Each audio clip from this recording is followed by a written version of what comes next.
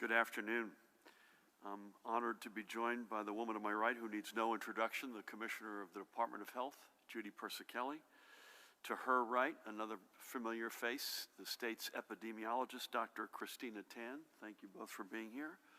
To my far left, another familiar face, Superintendent of the State Police, Colonel Pat Callahan. And to my immediate left, a guy who's been with us a few times, and I'm happy to have him back, the Department of Labor and Workforce Development Commissioner Rob Acero-Angelo. We're also joined by Jared Maples from the Office of Homeland Security and Preparedness. Nice to have you all here.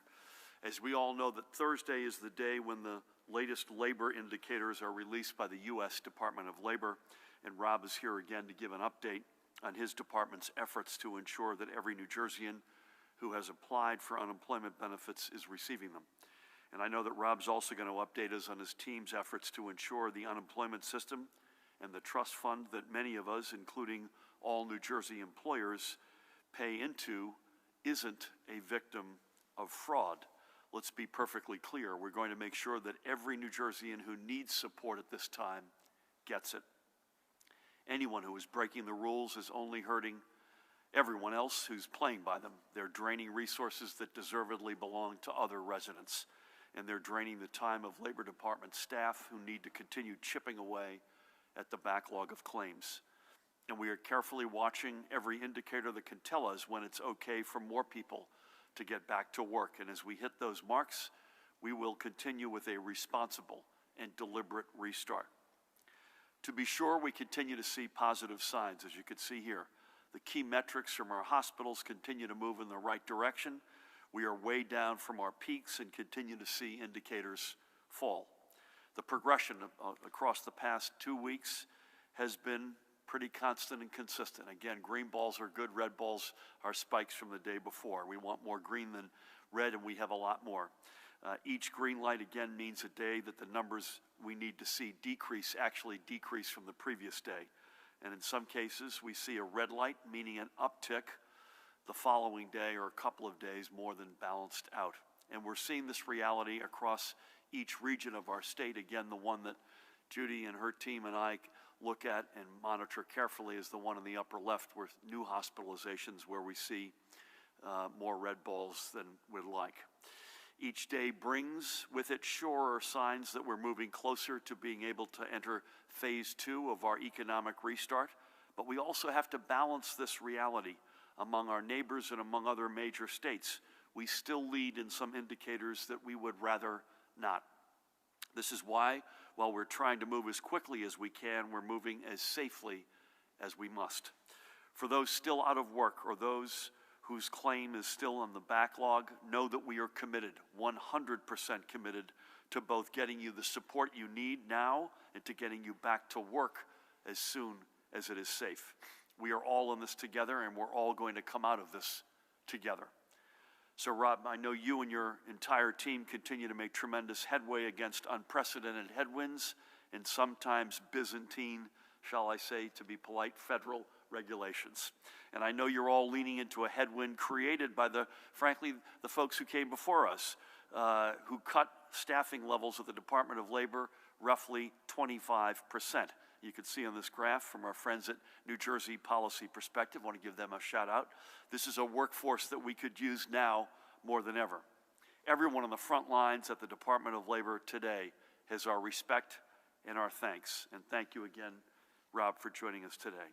With that, let's turn to our overnight numbers. Yesterday, we received an additional 1,304 positive test results for a total cumulatively of 151,472. And here is the all-important curve of new cases. We are down significantly from our peak just a few weeks ago, and we still have days with uneven spikes and drops, but we do think that that is more because of the nature of the reporting. We know our more informed report is in the daily positivity or spot positivity rate for tests dating back to a specific date, and these are now tests that were administered on the May 17th, and that rate remains at 18%. Judy can give you more color as well by region. This is the map that we've been looking at every day. So far, so good. And as we move to the topic of our long-term care facilities, I do want to make an announcement. I had a very good conversation yesterday, yet again I might add, with the Secretary of the Department of Veteran Affairs, Robert Wilkie. I want to thank the Secretary for his continued partnership with us as the VA assistance to our veterans' homes will continue through to the end of June, and an additional 40 VA clinical staff will be coming to New Jersey as part of strike force teams, which will help at more of our long-term care centers. Again, they will be focused, that additional 40, at long-term care facilities outside of our veteran homes.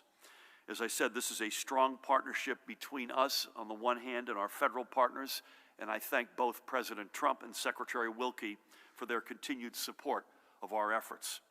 So looking at our long-term care facilities, the rate of new cases continues downward from the peak, total positive tests of 28,876.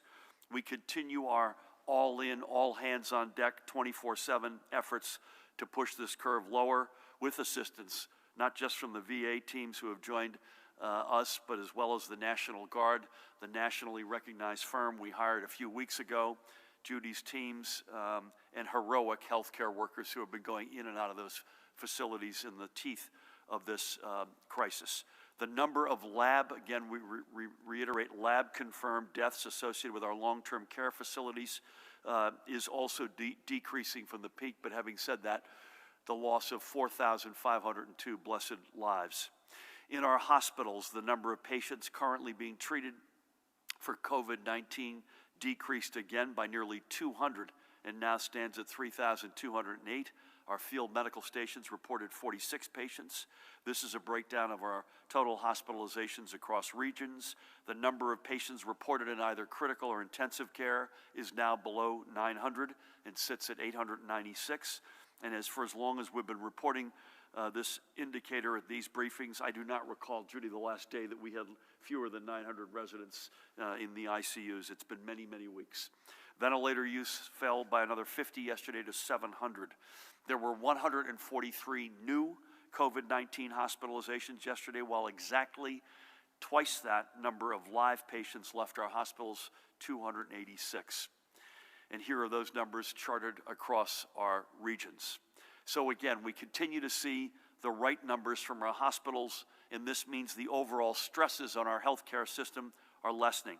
We know there are some specific hospitals which are still feeling strained, but the statewide trends are indeed very positive. And I can't say this enough. These trends are emerging because of each and every one of you who continues your social distancing, who continues to stay home unless you need to be out, who continue to wear a face mask and face covering when you are out. You continue to practice safe hygiene and continue to be a role model for your family, friends, neighbors, and community. It's because of you that we're seeing the progress that we're seeing every day. However, even with these positive signs, there are still those that we are losing to COVID-19. And today we must also report another 98 blessed residents, brothers and sisters, have left us. And with these, our statewide total now stands at 10,843. Before I want to speak about a few of the lives we've lost, I meant to say yesterday that Carol Lockett, who is the unofficial mayor of Elizabeth, Carol's life was brought to me first in her story by my friend Bill Lavin. So I wanted to give Bill a shout out yesterday. I neglected to. Let's talk about a few more of our incredible residents and brothers and sisters who we have lost. Let's begin by remembering Lucille Weiss, who had been a longtime resident of both Westfield and Springfield. Lucille spent her career at Springfield's F.M. Godinier Middle School, first as a health and physical education educator. She actually was a pioneer and early advocate for sex education, and then she served as a guidance counselor. In both capacities, she not only excelled, but was beloved by students and colleagues alike. With her husband, Arthur, she would raise their 3 children in Springfield in a home that was always open to friends and family. And Lucille never found time to be bored. She was an avid knitter, a doll maker, a dancer, a writer, a bird watcher, and a tough Scrabble player, among so much else. And part of her legacy is in Acapulco, Mexico, at the Salvation Army Children's Home there, where she started a library. She is survived by 3 children, Danny and Nancy, both of whom I had the honor of speaking with yesterday, and Jerry, and their families, who account for Lucille's 6 grandchildren and 2 great-grandchildren. Lucille was 93 years young. We thank Lucille for her many years of service to the children of Springfield, to her family. May God bless her memory and all she left behind. I have to say, I heard both from Danny and Nancy an incredibly emotional story. Literally, the day before she died, they were able, the 3 children, to do a Zoom call with their mom. And Danny is a musician. Danny is a guy who's a Jersey guy. Lucille's daughters no longer live in New Jersey. And Danny played, and they all sang a lullaby to Lucille that she used to sing to them when they were little kids. How's that for a story? God bless her. Next up is Petros Emmanuel Litos. You may not know him, but chances are you probably ate in one of the diners he owned across our state. Petros was born in West Virginia, but his family soon moved to Elizabeth, where he would graduate from high school. He started in the diner business early and always dreamed of owning his own slice, not just of the American dream, but of New Jersey lore. Then in 1986, Petros made his dream come true when he and his brother Michael bought the Somerset Diner. Later, they would add Hazlitt's Adelphi Diner and the White Rose in Highland Park to their portfolio. At every stop and with every day, he grew a reputation as a dynamic individual, enthusiastic and diligent, and always helping the next generation live their dreams as he lived his. He was just 59 years old. Petros leaves behind his brother Michael, with whom he achieved his dream, and he also leaves behind his wife, Calliope, daughter Maria, with whom I had the great honor of speaking, she's a teacher, by the way, at the Alexander Hamilton Preparatory Academy in Elizabeth, and his son Emmanuel, and they were also his dream. He's additionally survived by his mother Maria, his sister Effie, and an extended Greek family and community. God bless you, Petros, and all that you did and your family you've left behind. And finally, we remember Englewood Cliffs Artemis Nazarian. Artemis is on the right. She was 88 years old. Born in Aleppo, Syria, Artemis came to the United States with her family at the age of 2 in 1934. She attended Boston University on a scholarship, was the first woman to graduate as an accountant from the College of Business Administration. I might add, she graduated cum laude as well. In 1954, she married the guy to her right in that picture, the man who would be her husband for the remainder of her life, a Lebanese immigrant named Nazar, and they settled in Englewood Cliffs. Artemis was a true patron of the arts and a believer in the power of education. She supported numerous scholarships, both internationally and at her alma mater, and her name even graces a preschool she supported in Los Angeles. She was also devoted to the Armenian Church and further supported many endeavors around the world, endeavors for which there are many plaques worldwide with her name and face as a measure of thanks for her generosity. But throughout, Artemis kept her heart in Englewood Cliffs, helping people in need or driving someone to a doctor's appointment. She also served for many years as treasurer of the Englewood Women's Club. Artemis leaves behind her beloved Nazar and their children, Seta and Levon, who I had the opportunity and great honor of speaking with yesterday, and an extended family that includes 5 grandchildren, her brother and sister-in-law, numerous cousins, nieces, and nephews. So not only do we want you to keep Artemis's memory in your prayers, but also Nazar, we should note, fought his own battle with COVID-19, and we pray for his continued recovery. May all of them find peace in Artemis's memory and legacy. As I noted yesterday, we are compelled to remember these names because no one in this pandemic should ever be seen as just a statistic or a number. These are people. They were our friends and neighbors, and they were our family in every sense of the word, our New Jersey family. Switching gears, a couple of items since we were together yesterday. I want to give Speaker Craig Coughlin a big shout out for coming out so visibly and with conviction in supporting our ability and our need to bond not something that any of us wake up reflexively looking and say, hey, can we find a way to borrow money? But in this particular case, we need it in a big way to allow us to continue to keep our frontline educators, police, fire, healthcare workers employed at our greatest hour of need. I also had a very good conversation on a similar topic with former Secretary of the Treasury, Bob Rubin, yesterday, in that case specifically about getting federal direct cash assistance, which not only New Jersey desperately needs, but states across the country, red and blue alike. Judy and I were on a call with Christina and other epidemiologists talking about as I mentioned yesterday with the communicable disease team, talking about the race and ethnicity realities and how we can even more get our arms around the impacts and express that even more vividly, as sad as that reality is to folks. And that's something that is a work in progress, and I want to thank Judy and Tina and their teams. I had a very good conversation with Kevin Johnson, who's the Chief Executive Officer of Starbucks. Again, another shout out to Bill Bradley, who connected us. Senator Bradley has done an extraordinary job, and mostly quiet and behind the scenes through this entire crisis. Kevin and I had a really good call about a lot of the protocols that Starbucks is taking, and they're doing a great job. And then we also had our second full commission meeting of the Restart Recovery Commission that we established several weeks ago.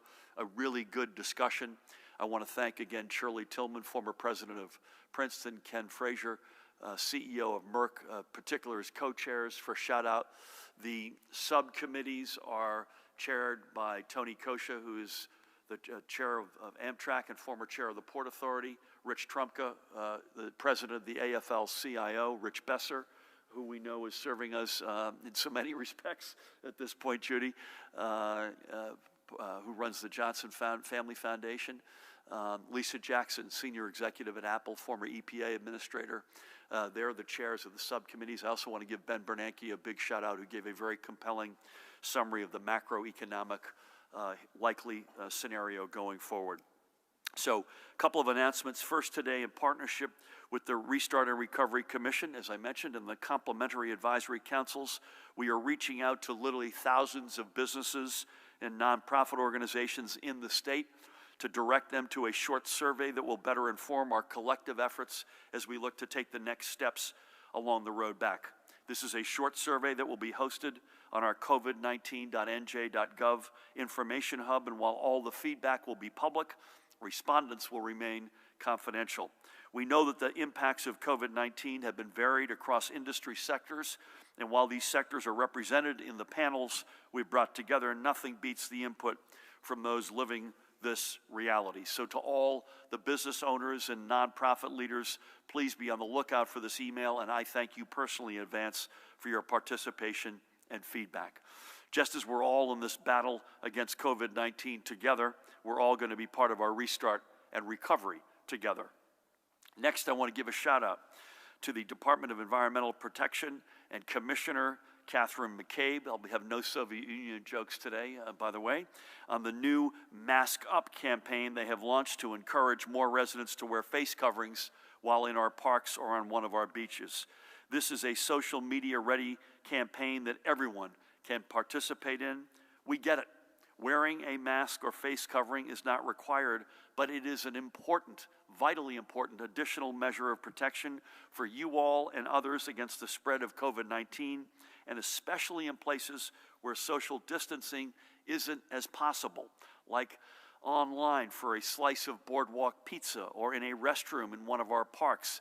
It's the only thing in some cases that's left. And of course, if you think you look silly wearing a face covering, just think how silly you'd look in a hospital gown. So I encourage everyone to take part, share these images, and more importantly, be a model for others, and take your face covering with you to the park or to the beach every day, and especially this weekend. And finally, I want to return to a topic that I've come back to several times already, which is not directly related to COVID-19, but is directly related to how our state will eventually emerge from it, and that is the 2020 census. Since we've begun discussing the census here and urging you to go to 2020census.gov to get counted, we've seen our state's response rate increase by nearly 5 percentage points Today, 61.7% of you have taken the time to be counted, and that's good. We thank you for that. But we need to get to 100%. And among all states, Washington, D.C. and Puerto Rico, we continue to rank 21st for responses. We were the third state to ratify the Constitution and the first state to ratify the Bill of Rights. We shouldn't be 21st in anything. A few of our counties are truly showing the way. Among the entire Northeast and New England, plus Puerto Rico, 5 New Jersey counties are among the top 12 in response rates. That's great. Hunterdon, Morris, and Burlington counties are 1, 2, 3, with Somerset number 5 and Gloucester coming in at number 11, and that's tremendous work. But we need to see greater input from places like Hudson, Essex, and Atlantic counties, where numbers are still behind. We know that there are teams working hard in every neighborhood to get people to be counted, and I encourage them to keep pushing forward. And to everybody I say, be counted. The census is of vital importance to our state and to your communities. It's the way the billions of dollars from the federal government is divided. And we undercounted in New Jersey in 2010. We know this is a fact, and because of this, we know that New Jersey lost out on literally tens of billions of dollars from the federal government. And if this money isn't coming here, it's going to another state. Let's get it to New Jersey. As with everything, we are all on this together, and I thank in particular Secretary of State Tahisha Way and her team on their latest effort to drive response rates by reaching out to businesses in our communities, working directly with the people that residents trust to spread the word of what an accurate count really means. So to everyone who's already raised their hand to be counted, I thank you. And to everyone who hasn't yet done so, spend the 5 to 10 minutes, literally, that's all it takes, to go to 2020census.gov and get counted. Thank you. That's it for today's announcements, but before I turn things over to Judy, I want to make sure we're recognizing some more of the everyday New Jerseyans who are doing great things in their communities to help us get through this unprecedented time. Let's go right without further ado to Montville in Morris County to meet Colin and Grace Volpe, who are both freshmen at Montville Township High School. So, if I've got this right, that's Colin, upper center with the baseball cap on backwards, and Grace is third from the left in the black t-shirt. Their aunt is a nurse and had relayed how lonely it can be for hospital patients and long-term care facility residents with the current prohibitions against visitors. So along with their cousins, they formed the Cousin Crew and began raising money to purchase tablets that they are then donating to hospitals and long-term care facilities so patients and residents can at least see their loved ones across a screen. So far, they've donated 80 tablets to hospitals and homes across North and Central Jersey. So to you, Colin and Grace, and every member of the Cousin Crew, New Jersey thanks you. And I know the families you help stay close together thank you as well. And let's end today in Stockton in Hunterdon County. The man on the left looks very familiar to me. The guy on the right is Rowdy Mays, who used the money he received on his 11th birthday to treat the state troopers at the nearby Kingwood Barracks to lunch. Rowdy met a few of the troopers last year when he had a bad wreck on his bicycle, and the troopers took care of him. And now he wanted to make sure that they were being taken care of in return. That looks to me like Colonel Pat Callahan with Rowdy as he stopped by the family farm to thank him personally for his generosity and appreciation of our troopers. So to you, Rowdy, thank you. And to all the brave troopers, beginning with the colonel right through the entire ranks, we thank you and don't know where we'd be without you. For both of those stories, I think it's safe to say that with the next generation of New Jerseyans, we're going to be in very good, I hope very clean, and very good hands. With that, please help me welcome the woman who needs no introduction, the Commissioner of the Department of Health, Judy Persichilli. Thank you, Governor. Good afternoon. I'm going to take time today to amplify the critical steps the Department of Health has taken to protect the health and safety of the residents and the staff in our nursing homes and assisted living.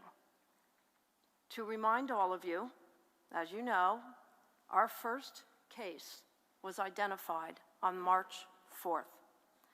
Since that time, 18 guidances have been sent to long-term care facilities.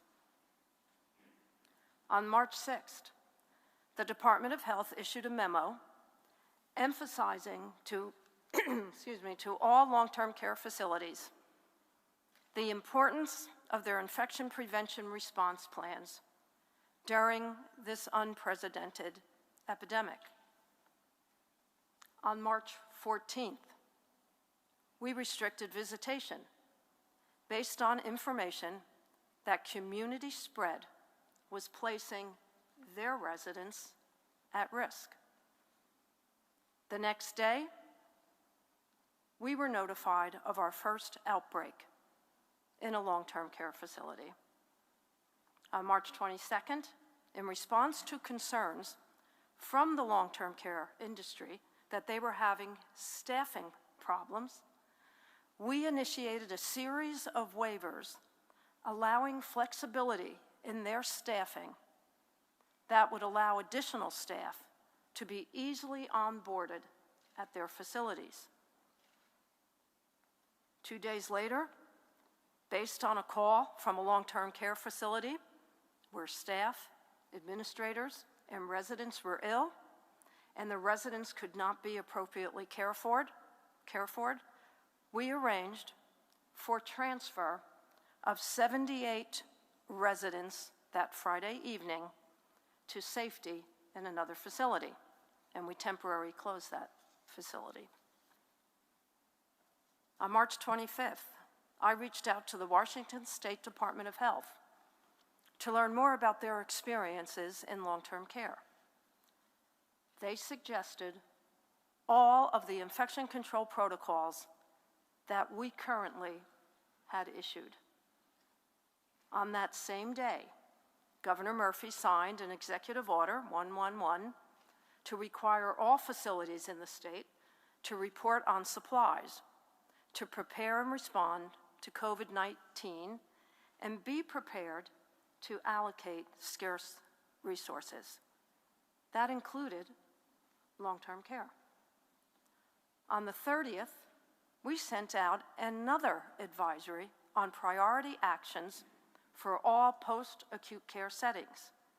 They included restricting persons entering the facility, implementing active symptom screening of patients and residents and employees, creating separate wings, units, or floors to accept asymptomatic residents coming to or returning from the hospital.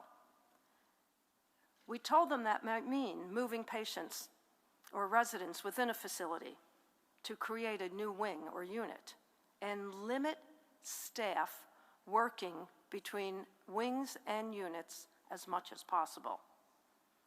We shared that creating a separate wing, unit, or floor to accept COVID-19 positive residents was suggested. We suggested that they stop all current communal dining and all group activities. We shared the use of telemedicine and alternate means of communication to maintain social distancing, and encouraged them and emphasized to inventory all PPE and develop strategies to obtain emergency supplies with their local health department. We implemented universal masking before the CDC even recommended it. We suggested bundling tasks to optimize their PPE and limit exposures. We asked them to review and develop staff contingency plans to mitigate anticipated shortages. Also, on March 30th, we immediately pursued and finalized an arrangement with Care One, an established long-term care owner, to stand up 707 COVID-capable beds for COVID-positive patients admitted from acute care hospitals to provide beds to divert patients away from the already stressed long-term care facilities and for residents who could not be readmitted to what they knew as their homes.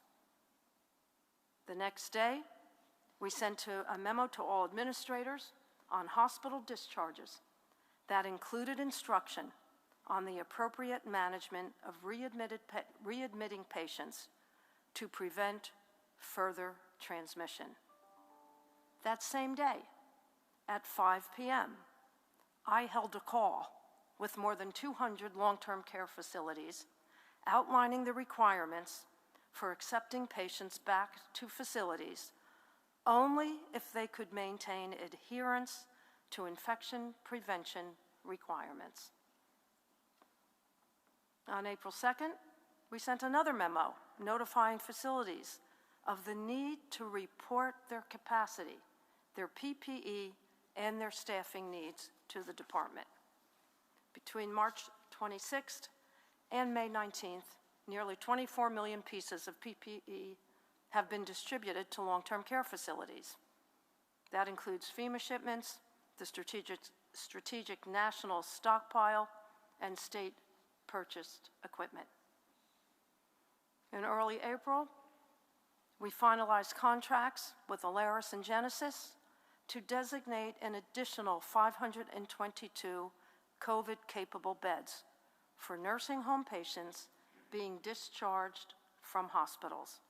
So in total, an additional 1,229 beds were reserved for discharges from hospitals to divert residents from the already stressed long-term care facilities.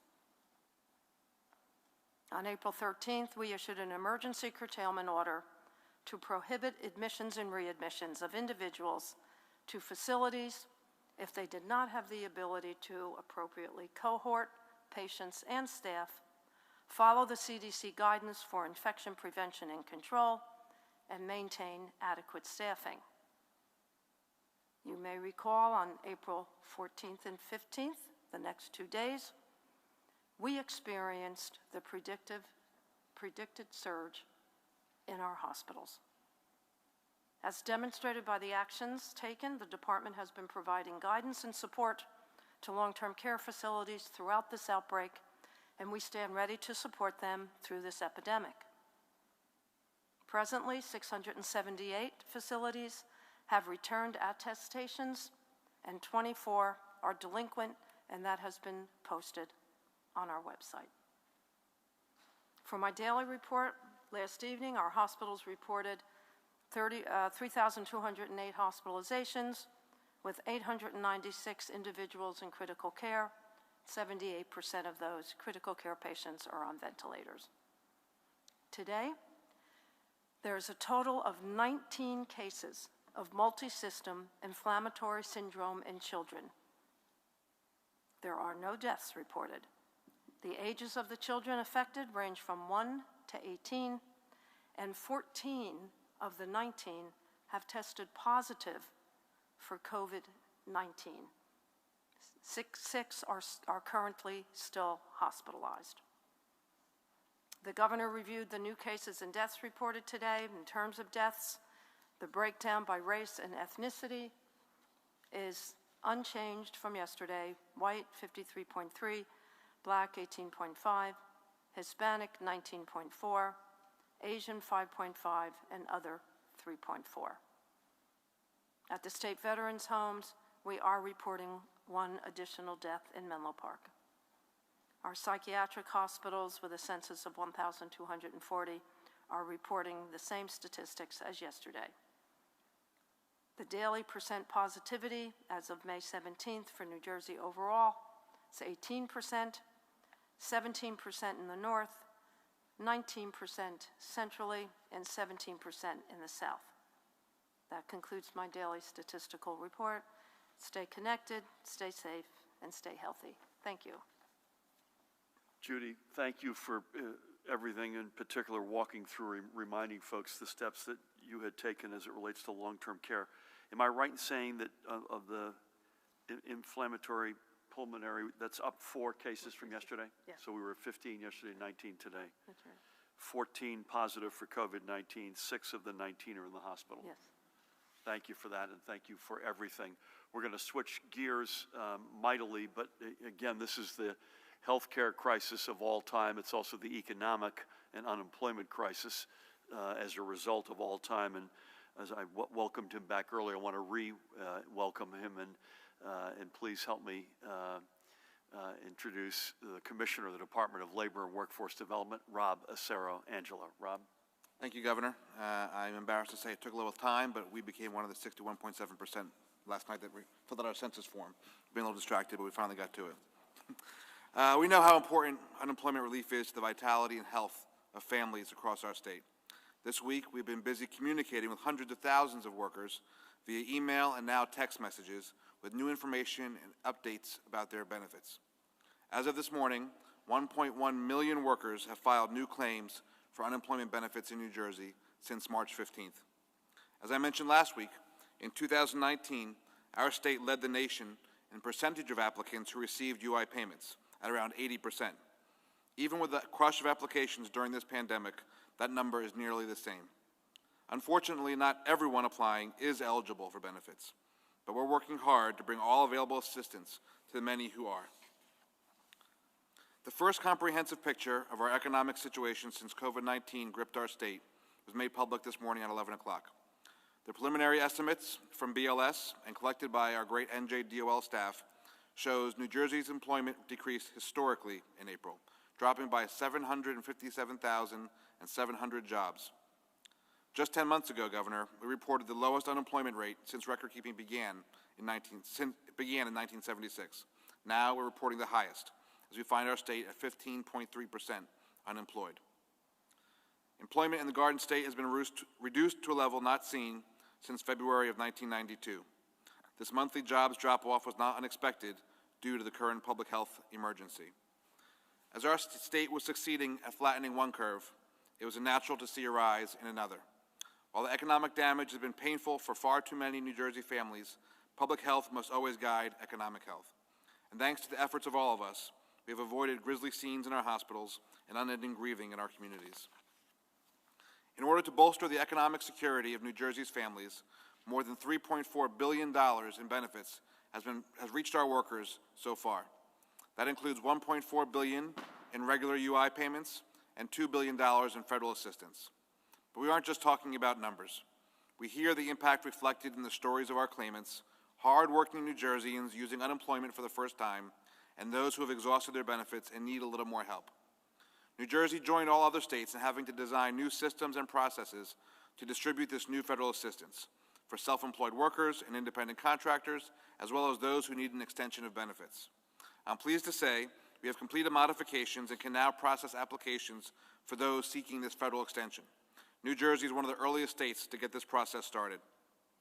This week, our department has begun notifying workers who have exhausted their state unemployment benefits of the 13-week extension they may be eligible for under the Federal Pandemic Emergency Unemployment Compensation, or PEUC program. Many of these workers were unemployed before the pandemic began, and this situation has obviously made their job search exponentially more difficult. We estimate the exhausted universe to be around 70,000 additional people. The first group of these workers will be notified that they are able to certify this weekend, and the rollout will continue for months as thousands exhaust their regular benefits each week. Once approved, claimants will be able to certify for any back weeks they're eligible for after the week that ends March 28th, when the CARES Act was signed, and through December 31st, 2020. Plus, every qualifying claim will receive the additional $600 through the Federal Pandemic Unemployment Compensation, which runs through July 25th. This means tens of thousands more of our workers will soon begin receiving extended unemployment benefits. This comes on the heels of last week's action that made nearly 140,000 additional claimants newly eligible for Pandemic Unemployment Assistance, or PUA. Among those numbers were a significant group of workers who had inadvertently suspended their benefits because of how they responded to the federally mandated weekly certification questions. At the risk of sounding like a broken record, this part is important. It's no secret our offices are all receiving phone calls and emails about those who started receiving unemployment benefits that suddenly stopped. There are only two reasons this could be happening. Either our claimants no longer qualify for benefits, or far more likely, they are responding adversely to one of the certification questions. You can see it on the screen right now. This page that you see appears before you certify for benefits. It is the guide to receiving benefits without interruption. We have the stats. Last week, approximately 33,000 customers responded to one or more certification questions in a way that makes their claim ineligible for benefits under federal law. One wrong click is all it takes to see a pause in these much-needed benefits. With a record number of customers now certifying for benefits, and even more joining their ranks every week, it is imperative that claimants review the helpful guides found at myunemployment.nj.gov before certifying to avoid payment delays. This doesn't just hurt the claimant, it affects in one way or another every other New Jerseyan seeking benefits. It is now estimated that by mid-June, the department will be processing more than 1 million unemployment certifications per week. With so many people filing for unemployment for the first time, it's important to recognize that systems are in place to protect your personal and banking information. We want all of our workers to be vigilant, as there are bad actors out there exploiting our current economic environment to prey on those seeking unemployment benefits. New Jersey led the country in the percentage of unemployed workers who received benefits last year, as I mentioned. And we also just hit the milestone of getting our improper payment rate under 10% for 4 quarters in a row. This important U.S. DOL metric is a sign that our payment accuracy and anti-fraud measures, which certainly have come in handy the past 2 months, are protecting our public. And we will continue to do all we can to keep you safe and keep you informed. Last week, we learned from our partners at the U.S. Department of Labor's Office of Inspector General about a sophisticated international fraud ring that may have potentially stolen hundreds of millions of dollars intended for the unemployed in Washington, Florida, Massachusetts, North Carolina, and many other states. Luckily, New Jersey does not seem to be impacted by this attack, but we still have to be vigilant, especially considering we have one of the highest weekly benefit amounts in the country, making us a big target. The Office of Inspector General for the U.S. Department of Labor has issued a guide for recognizing and reporting fraud, which may be found on our homepage. So again, please be vigilant. I want to thank my colleagues Jared Maples and Superintendent Callahan also for their offices helping us on all these anti-fraud measures. They've been in touch with other states where they're hearing problems there and forwarding them to us immediately. In summary, you, our customers, our claimants, our friends, and our neighbors, you are our priority. Our goal is to provide the benefits you deserve while protecting your identity, your finances, and the unemployment trust fund that belongs to you and the employers of New Jersey. Thank you for your patience and understanding as we work to get all who are eligible every penny they are owed. Thank you, Governor. Rob, thank you for that. Thank you for coming back, and thank you to you and your teammates for all the energy and efforts and long hours that you're working to chop through this. As you and I have both said many times, if somebody's frustrated out there, they haven't gotten through, we don't begrudge that for 1 second. We know these are desperate times, but also know that we've got people who could not be working any harder. This is a tsunami unlike any we've ever seen, and you'll get every single penny that's coming to you. So thank you again for everything and for being back with us today. Thanks, Jeff. Colonel Callahan, great to have you. Anything on compliance or other matters? Thank you. Thank you, Governor. Good afternoon. Other than the handful of compliance issues that I'll go through, I just echo the Governor's remarks that the compliance has really been phenomenal in the most densely populated state of 9 million people. For me to just read through 5 or 6 on the overnight, I think it speaks to everybody's efforts, or collective efforts, and the personal responsibility that each one of you have been taking, most of you anyway. On the overnight, in Clinton Township, the subject was citing for being defiant and refusing to wear a mask in a coffee shop in Clinton, that it was. In Hillsborough, a gym owner was cited for the 3rd time for having his gym open. In Bernardsville, a store owner was citing for having a non-essential furniture store open. In Irvington, a subject arrested for a temporary restraining order violation subsequently spit at a police officer at the station. In South Orange, a subject was arrested for shoplifting, and he started coughing and spit on 3 different police officers. In Clementon, a subject was cited for having church services inside a church in excess of 10 people, which was in violation of EO 107.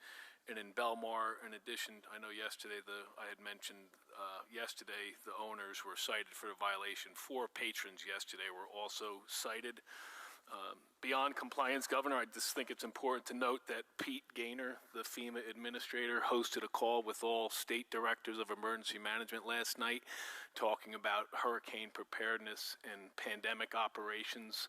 When you think of how a state emergency operations center now has to operate with social distancing and hygiene in mind, when you think about mass care and sheltering of upwards of maybe hundreds of people, when you think about possibly having to do virtual damage assessments by, instead of FEMA folks and troopers going out to scenes, doing that with one person with cameras and phones and uploading things. So I know it's the last thing we want to think of, but we have to be ready, and I think it was certainly a valuable call to go through the operational guidance that they've put out and that state of New Jersey shared with all of our 21 county OEM coordinators. And lastly, I appreciate you mentioning Rowdy Mays, an 11-year-old with a lion's heart. I know his first name is Rowdy. He's about as humble and as a young gentleman as you could imagine. And that visit was just this morning. When you think of Garden State farmer family, you think of Rowdy, the youngest of 7, phenomenal family, which I would simply describe as salt of the earth, and made me proud to be from the Garden State. Thanks, Gov. Thank you, Colonel. You don't hear Rowdy these days. Rowdy Yates, Clint Eastwood from way back. I'm dating myself, but thank you for that. I'm going to knock gently on some wood here. Mother Nature, in the respect of storms, has been very good to us over the past number of months, and we just hope that continues. And we haven't said it explicitly. Brendan, we're going to start over here. We haven't said it explicitly, but we need folks to, as my late father would say, mind their P's and Q's this weekend.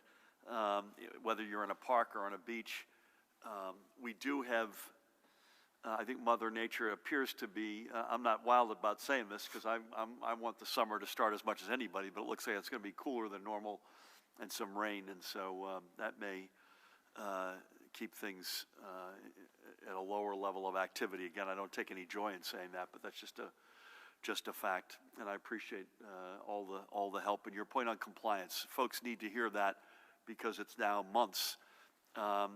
We've done it unlike any other state in America, and again, we're as guilty as anybody. The folks in this room, including yours truly, you end up getting a disproportionate amount of emphasis on what turns out to be a very small minority of the reality. The overwhelming reality is extraordinary in this state. Just to remind everyone, tomorrow we're going to do this earlier. We're going to be together at 11 a.m., and I think we've got a reasonably high degree of confidence we'll have all the numbers that we normally have at 1. And we'll be joined by Treasurer Liz Moyo to talk about the budget impact that this is having. And she's also, I think, going to do a press follow-up call tomorrow at 1:30. So we'll probably keep it at fairly high level in our gathering tomorrow at 11, and then Liz and her team will be available. They're doing an incredible job under incredible circumstances at 1:30 to do a follow-up call and to get into more detail. I get that right? Fantastic. Please keep it short if you could. Brent, good afternoon. Good afternoon. I thought you said there would be more outdoor announcements today. What happened to those about pools and... We're still working them. Still working on it. Okay, Yep. So will that come tomorrow? We may have something tomorrow. More likely, we're going to have a lot of stuff on Tuesday. But we may have something tomorrow. I don't want to get too far out ahead of myself, though. Okay. Of the 1.1 million people who have filed unemployment claims, how many are still waiting? Of the 139,000 workers who had their unemployment processed last week, did each additional application receive a review from a live agent, or were some approved electronically or automatically? People who are getting benefits say taxes are still not being withheld from the $600 payment. What can they do? And then quickly, teenage drivers still can't get their licenses because DMVs remain closed here, even though other states have opened them. Why can't New Jersey reopen these on a limited basis? How can you help those drivers? And the state Republican Party announced today it's suing you for what they say is arbitrarily choosing which businesses are essential. Your reaction? What was the last thing they sued me? Well, I don't know if they sued you directly. I think they're suing the administration, saying that you've arbitrarily allowed some businesses to reopen, some not. As you can tell, I've spent a lot of time focused on that suit. Rob, let's go to you. Teen drivers, there's nothing new on motor vehicles. We have not announced a reopening date, Matt, am I right? Yeah, we've got nothing new to add on that. We do not, actively do not like, you don't need a road test to get your license that a couple of states have done. As Sue Fulton, who runs the Motor Vehicles Commission, would remind me and remind us that it's an enormous cause of death among teens, and we just, that is road accidents, and we just don't want to go down that road, no pun intended. I've got nothing to add on a suit. We make the decision about what's essential and what's not essential with the input of based on data, science, facts, health, and a big input from the women to my right and their colleagues. And so I'm sorry if folks don't like the definitions, but the fact of the matter is they're quite consistent, by the way, in terms of essential, non-essential, that has been designated nationally as well. And we're going to continue to try to open these up. I mean, we've gone for non-essential with curbside pickup. We know that's not a full loaf, but it's a part of the loaf. We're going to continue to try to open things up, assuming the health metrics and indicators continue to warrant that. So, Rob, we got 1.1 filed. How many are still waiting? Of the 139,000 processed last week, how many had a live interaction versus electronic, and taxes withheld on the federal $600 piece? Thanks, Brent and Governor. I'll work backwards. The $600 tax piece, I won't get back to you because I think that people choose individually whether or not they're going to have taxes taken out. It's not something that's automatic, but let me get back to you on that. Because I know that was one of the reasons when we first programmed the $600, I remember that being a factor we had to worry about there. So I want to check on that for you. The 140,000 from last week, it's hard to get into the semantics here, but none of those have shown up in the numbers yet because we report on a Thursday for the week ending the prior Saturday. So all the folks that became eligible last week, they didn't certify, wouldn't be our numbers until Sunday. But that being said, most of those were already quote unquote processed, and they were waiting for the PUA programming to be done, or the other kind of program we were getting in the system. So they had to, at that point, certify. They got an email from us saying, you've been processed, if in the PUA universe you've been deemed ineligible, but now you're able to certify for benefits. So they were already, for the most part, 92% of our claims come through online, so I would guess that percentage keeps for the 140,000. But they were already processed, and then they were getting an email from us saying now that they're ready to be paid, is what happened last week and this week. And those numbers will start showing up in the paid universe on next week's report. Rob, thanks. And you'll follow up on the tax withholding. Dave, good afternoon. How are you? Hi. I was going to ask you about the lawsuit, but I think you probably answered the question. I know that one part of that was due process violated. They claim it was. No, I'm told that this was time to go live while we're here too. Yes, I have no insights at all. Okay. And then the other question I have is for you and Commissioner Persichilli. There have been reports that some long-term facilities are still having a hard time getting PPE. Is this true? I know you mentioned 24 million pieces in your report, Commissioner, but do they still need anything else? I mean, we've talked about shortages of gowns and so forth, and, the review of the long-term care facility situation kind of sounded like you were trying to defend what's happened with them. Do you think that concerns and questions about the way New Jersey has handled the whole long-term care issue has been fair? Have those questions been fair or unfair? Are they putting you in a position where nobody could have known what was going to happen, and it's unfair to be like looking back at it the way we are in some cases hearing people doing that now? Let me start, Judy, and turn to you. Is that all right? Let me be unequivocal about this, about two things about PPE. We were not, as a state, in the PPE line of business 2.5 months ago. We had never been involved in it. We've now put out 40-something million pieces, if not more, at this point. Second point, we do not still have enough PPE as we sit here today in the state of New Jersey. As a nation, we started in a deficit, and we have had to cobble this together with Band-Aids, paper clips, and with a global assault on getting more PPE. So the answer is we're still out there. I literally was on this morning with somebody. We are out there literally, Pat and his team, every single day trying to get more PPE. And again, we were never a party to this 2.5 months ago. This was not a line of business that the state of New Jersey was in.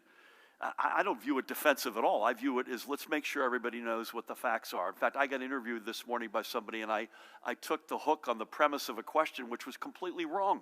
The premise was, what are you going to do about reviewing, readmitting COVID-19 positive patients, residents rather, into the,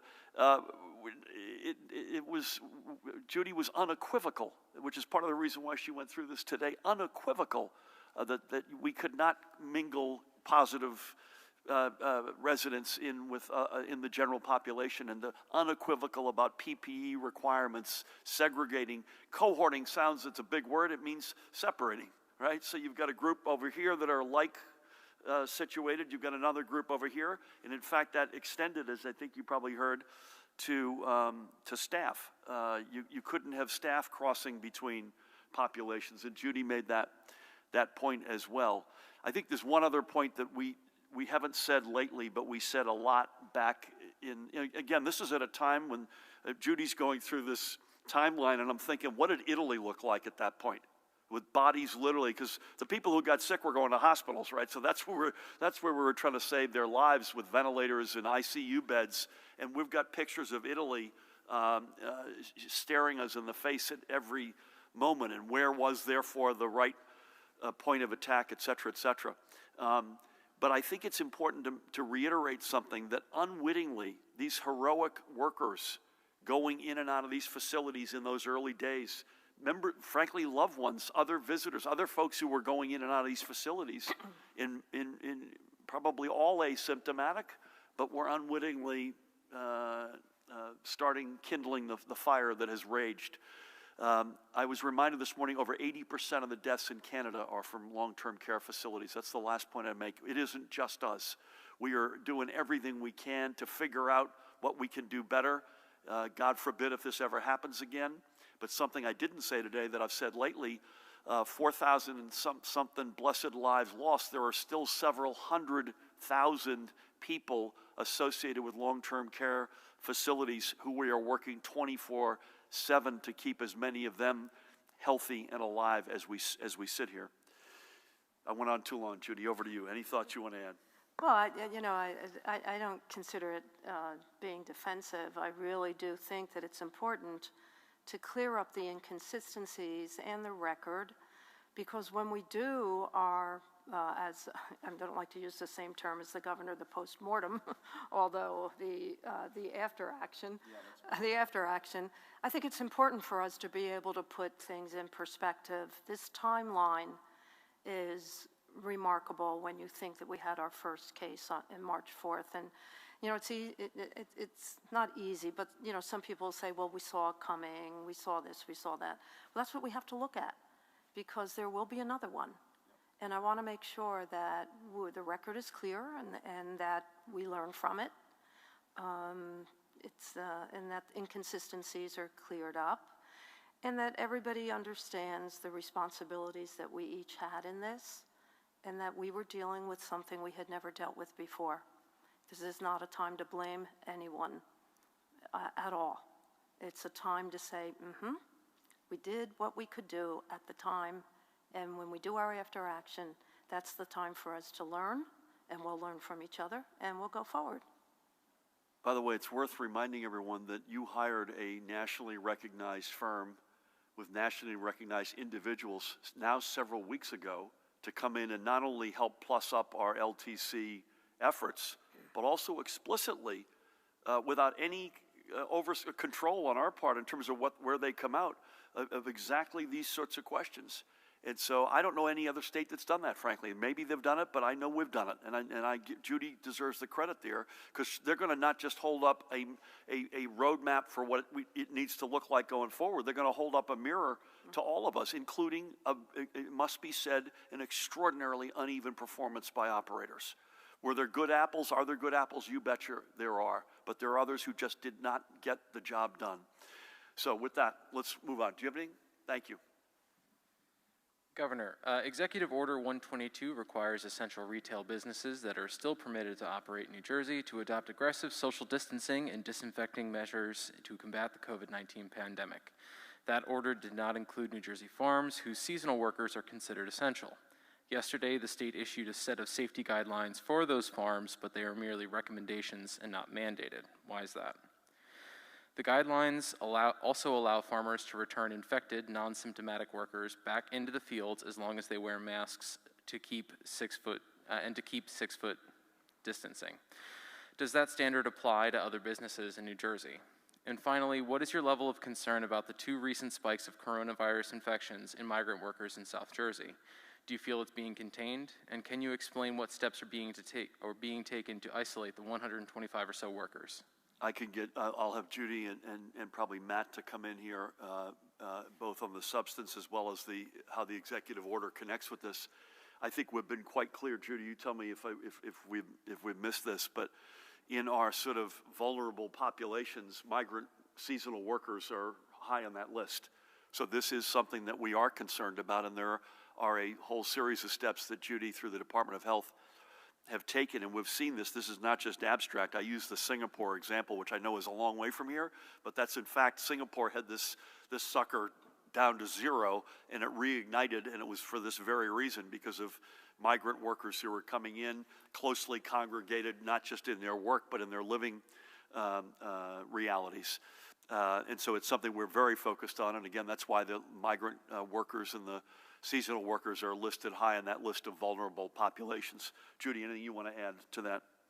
We have a group along with the Department of Labor and Agriculture. We developed guidance for the growers and the owners. We had a conference call with them day before yesterday to look at things like isolation and quarantine. And we do have bed spaces set aside for seasonal workers who need to quarantine or isolate. We're working with our 4 FQHCs in the South, and they will be testing additional seasonal workers. I think we've done about 600 tests, and the positive individuals are being isolated. And by the way, this is not just a South reality, but it's overwhelmingly a South Jersey reality. There's some up north, but the bulk of this is in the South. And again, back to the long-term care discussion, the notion of cohorting or segregating folks based on their health characteristics is also a part of the answer here as well. So thank you for that. Sir, do you have any? You good? Ma'am? Hi. Hi. I've got a couple Hold on questions one for second. the There you go. Labor Commissioner and then also 2 for the Governor.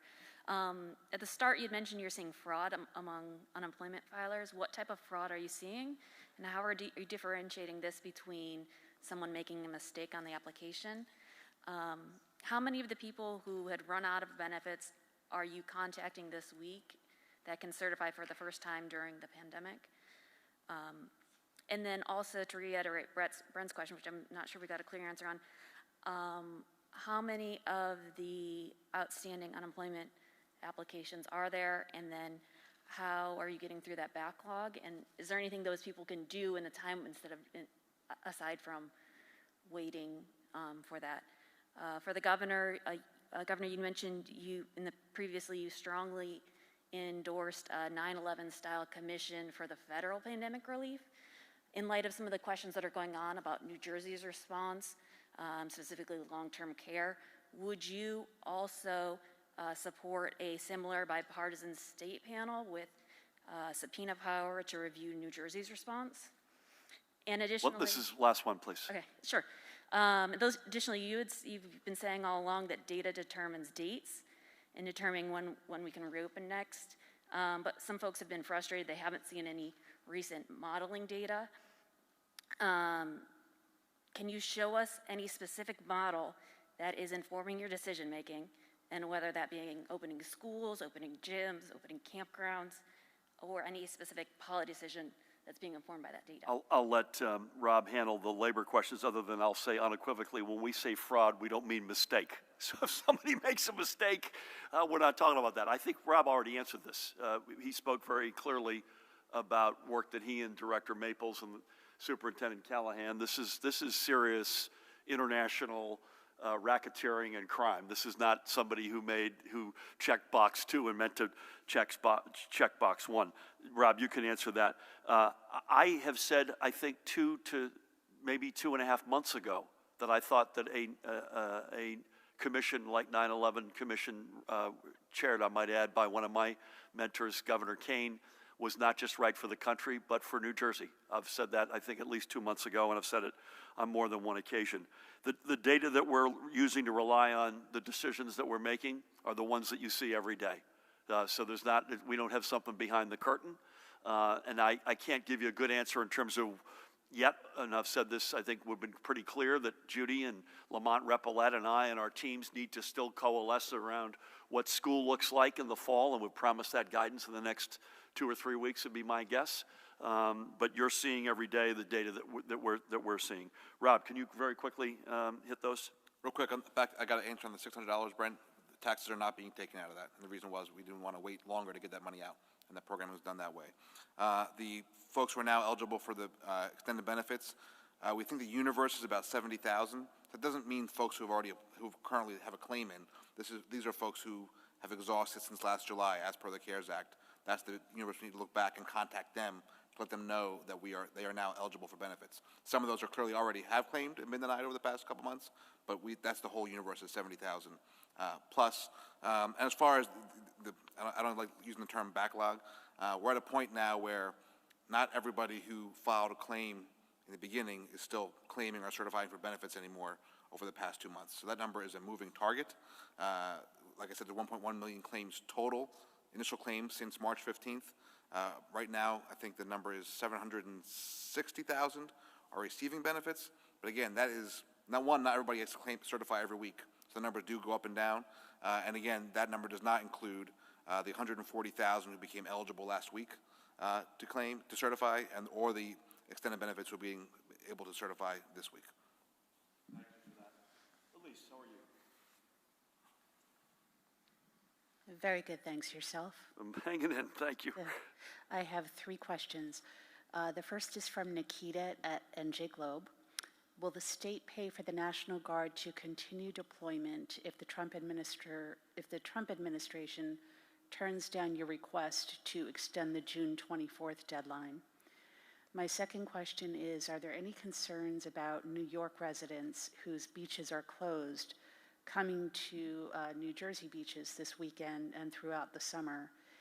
And on tomorrow's financial update, what can we expect in terms of cutbacks, spending adjustments, and possible tax increases? Thank you. So on the last one, don't be mad at me, but we'll leave tomorrow till tomorrow. I've got in fact, this has been something we've all been working on. I've got another call with the treasurer right after this. It's not pretty. I'll just say that it's not pretty. I'll leave it at that, and that's the reason why we have to borrow money, unfortunately. It's also the reason why we desperately need direct federal cash assistance. I assume you mean the New York City beaches in particular, because there's a break between the non-city and the city beaches. Yes and no. I mean, that's a reality that we accept going into this. I don't think the New York City case, please God, is going to stay static forever. I hope you'd expect that we're on various, maybe the curves are bending at different times in different geographies, but we're all trying to get back on our feet. And it's not just New York. We've got a lot of folks who come in from Pennsylvania in particular to our beaches. So this is something we want to be careful and monitor. Again, I wish the weather would be, wish it were 85, low humidity and sunny for the next 4 days. It's going to be none of that. And so the only silver lining with that is I think we're going to get, at least particularly for a long holiday weekend that kicks the summer off, we may have caught a break in terms of the amount of people and the density.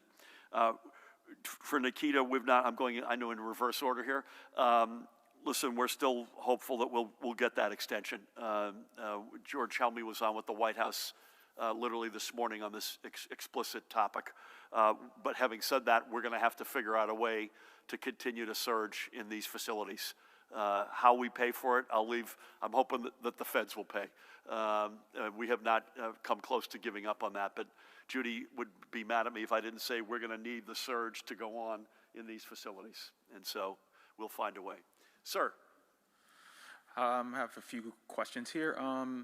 Were you able to see a video from Beth Gorab, who's the co-owner of PS2 Baseball in Wayne, New Jersey? She made a passion video to you on behalf of the NJ Baseball Coalition, and wondering as far as reopening baseball. I know they're going to be celebrating tomorrow outdoor batting cage day, and they're wondering, as far as the data goes, how far or how close are we to outdoor baseball and eventually indoor facilities being open?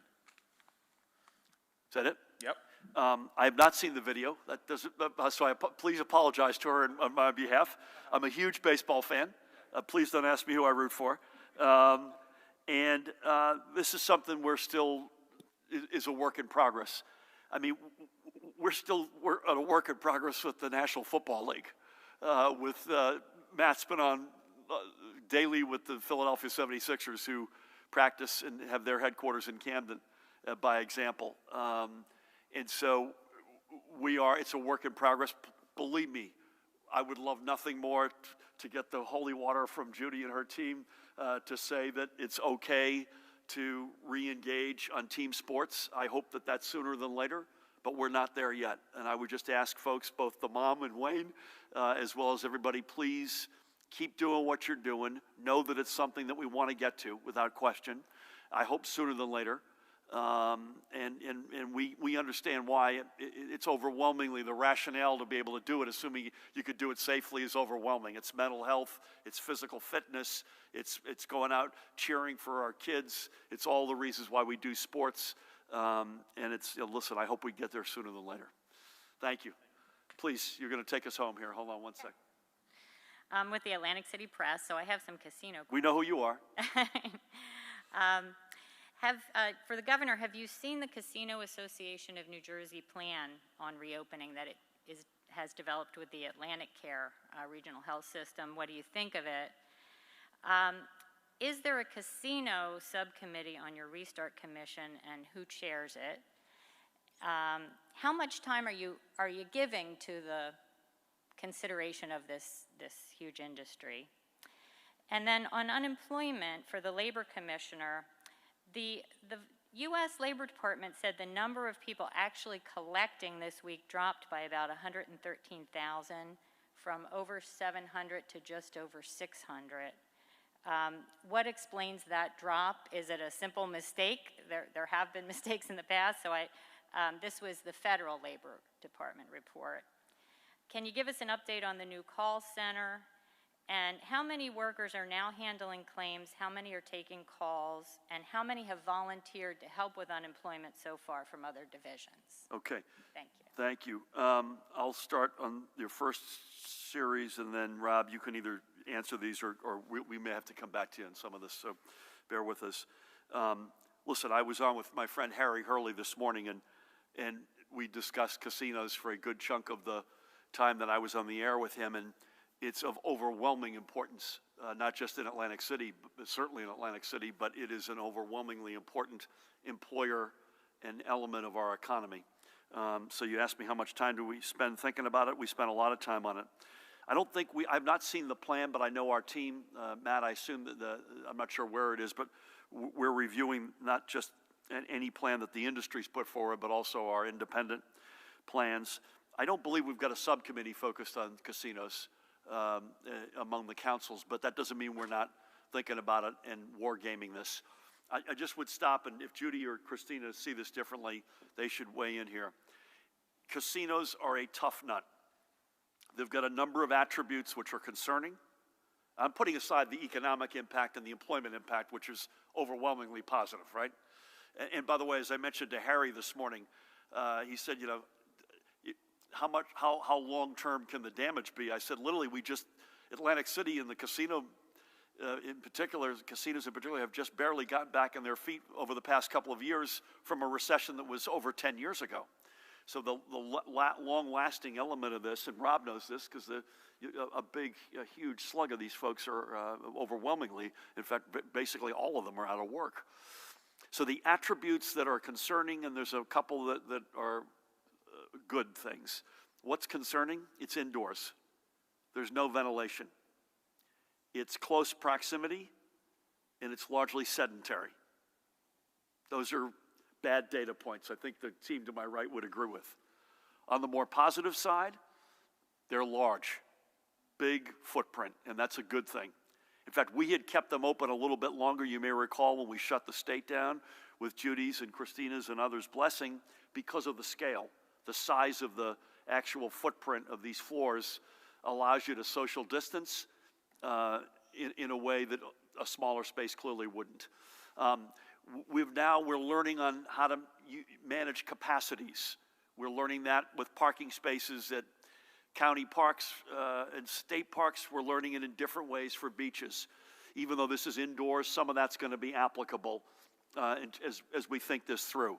We're light years in a different and better place on testing today than we were 2 months ago, and contact tracing, and we'll be yet again in a different place, much stronger weeks and months from now. And those are all positives.